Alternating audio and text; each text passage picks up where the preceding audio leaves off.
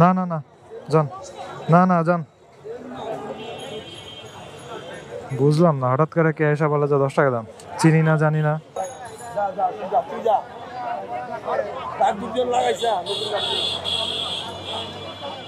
আর ওই ওই অটোরে যাইতে দিলাম, আরো 2 অটো আসে। মোটরসাইকেলটা বাইরেই করতে পারতাছি না, এত মানুষ। ভাই হাঁটার জায়গা নাই, অনেক ভিড়, অনেক।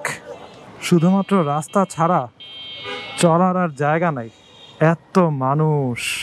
এজন্য অপরিচিত রাস্তায় গেলে নিজের অনেক অসহায় লাগে। অন্যান্য যারা মানুষেরা ওসব রাস্তা চিনে, চিপা চাপা চিনে, তাদের জ্যাম খাওয়া লাগতেছে না, কিন্তু আমার জ্যাম খাওয়া লাগে।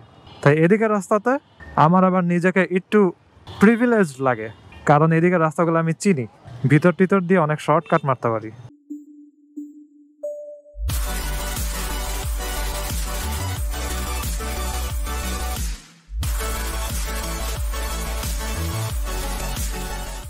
এই হোয়াট ইজ গোয়িং অন। এখন আমি মগবাজার থেকে যাচ্ছি ধানমন্ডির দিকে। আটকায় আছি বাংলা মোটরের জ্যামে, আর ঘড়িতে বাজে হচ্ছে এখন 8:30। গাড়িগুলোর চিপা দিয়ে আস্তে আস্তে করে যাইতেছি, যেন তাদের মিররে না লাগে, কারণ একটা মিররের রিপেয়ার করতে অনেক টাকা খরচ হয়। কি পরিমাণে ধুলা উড়াইতে উড়াইতে গেল ট্রাকটা। যাই হোক, ছোট্ট একটু শপিং করতে যাইতেছি। ওটা হচ্ছে সায়েন্স ল্যাবে যাব। আমার 2-1টা টি শার্ট কেনা লাগবে। তো হচ্ছে আমার ফেভারিট জায়গা যেখান থেকে হচ্ছে আমার অলওয়েজ কিনতে ভাল লাগে এবং কমফোর্টেবল লাগে, ওটা হচ্ছে ইজি।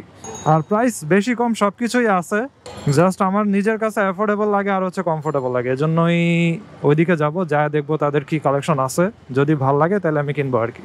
তো হচ্ছে রাস্তা মোটামুটি খালি পাওয়ার কথা, যদিও নিউ মার্কেটে প্রচুর জ্যাম থাকবে, কারণ সবাই শপিং করতে যাইতেছে। আর ইফতারের পরে অলরেডি 1.5 ঘন্টা হয়ে গেছে, 1.5 ঘন্টার বেশি হয়ে গেছে। এই জন্য এখন অনেক মানুষের অলরেডি মার্কেটে চলে আসছে, যেটার জন্য আমার একটু প্যারা খাওয়া লাগবে। যাই হোক, আগে সায়েন্স ল্যাবে ঢুকি, তারপরে বোঝা যাবে কি অবস্থা। বাজে এখন 9টা, ওই জ্যামের থেকে এখন বেরোলাম, কি যে অবস্থা। এখন আমি বাটা সিগন্যাল মাত্র আসলাম।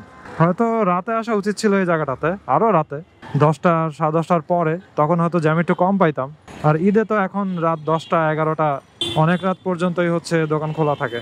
বাটা সিগন্যাল পার হলাম, বাজে হচ্ছে 9টা 7। কি পরিমাণে জ্যাম এই নিউ মার্কেট এরিয়াতে।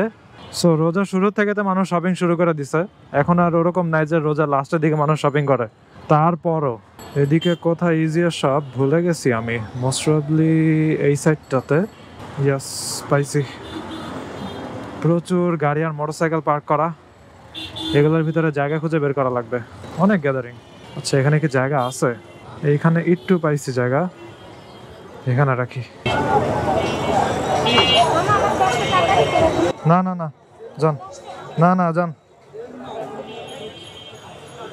বুঝলাম না, হঠাৎ করে কে এসে বলে যে 10 টাকা দাম, চিনি না জানি না। একটু পরে এসে দেখবো মোটরসাইকেলের উপরে কাপড়ের দোকান দিয়ে ফেলাইছে।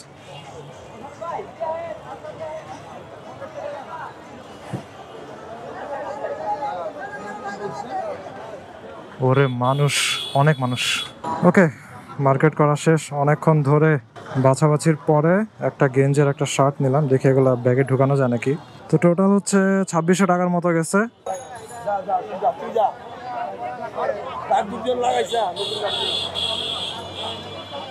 আর ওই ওই অটোরে যাইতে দিলাম, আরো 2 অটো আসে। মোটরসাইকেলটা বাইরেই করতে পারতাছি না, এত মানুষ। ভাই হাঁটার জায়গা নাই, অনেক ভিড়, অনেক। শুধুমাত্র রাস্তা ছাড়া চলার আর জায়গা নাই, এত মানুষ। গেঞ্জির ডিজাইন মোটামুটি, আমার জাস্ট এই কালারের গেঞ্জি নেই, এজন্য এটা নিলাম।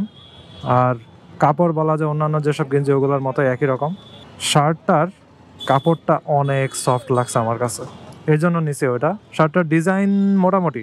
আরও কয়েকটা শার্ট ভালো লাগছিল, একটা চেক টাইপের শার্ট ভালো লাগছিল, বাট ওইটার কাপড় কেমন জানি ছিল, ওটার হ্যান্ড ফিলটা অত ভালো লাগে নাই।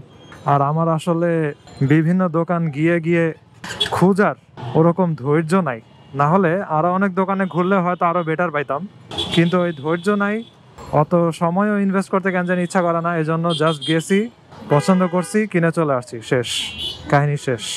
যাই হোক, জিগাতলার মেইন রোডে প্রচুর জ্যাম খাওয়া লাগবে, এই জন্য ভাবতেছি ধানমন্ডি লেকের ওদিক দিয়ে বের হয়ে চলে যাব। তো স্টার কাবাবের এদিকে ডানে ঢুকে যাব। ওকে, ডানা মল্লি এদিকে ঢুকলাম, ওইদিকে পুরা রাস্তা বন্ধ, একদম জিগাতলা পর্যন্ত। যারা বাসে উঠছে তাদের লাইফ শেষ আজকে।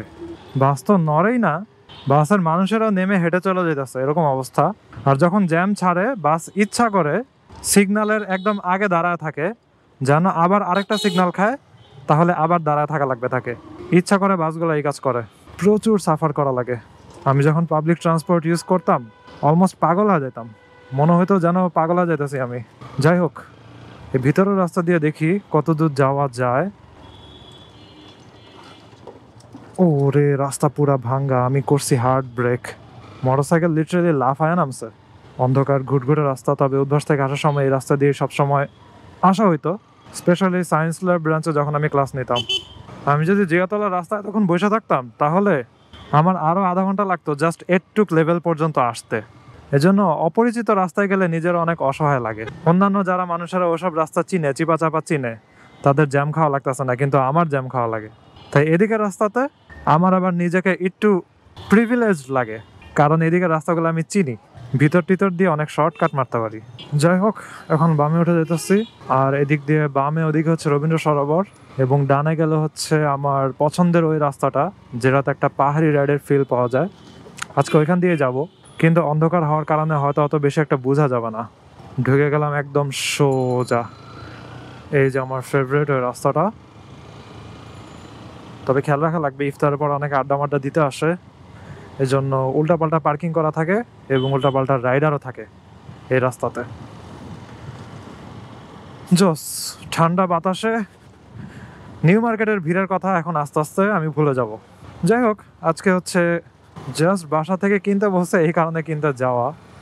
এমনি আমার আসলে কোনো কিছুই এই ঈদে কেনার ইচ্ছা ছিল না, কিন্তু পরের ঈদে হচ্ছে আব্বু দেশে থাকবে না, সে বড় হজ করতে যাবে। তো কোরবানির ঈদে শুধু আমি আর আম্মু বাংলাদেশে থাকবো, এই কারণে তারা বললো যে কিনতেই হবে, তাই গেলাম, সো কিনে আনলাম। আমিও খুশি, তারাও খুশি। তো এই সুন্দর রাস্তাটাতে, সুন্দর ওয়েদারে আজকের ভিডিওটা এখানে শেষ করি। I hope you guys like this video, and if you watch me for the first time, you can kindly subscribe. So see you in the next one. সবাই ভালো থাকুন, সাবধানে রাইড করেন, tata. I wake up to a little bit of drool on my pillow, feel like it's gonna be a bad day. Yeah, I'm tired of shit, and the coffee ain't hit yet, damn ain't that great. I don't wanna go to work, cause my boss is a jerk, and I'm not even that paid. I need a change in my life, cause I don't feel alive, and there's nothing that makes me happy.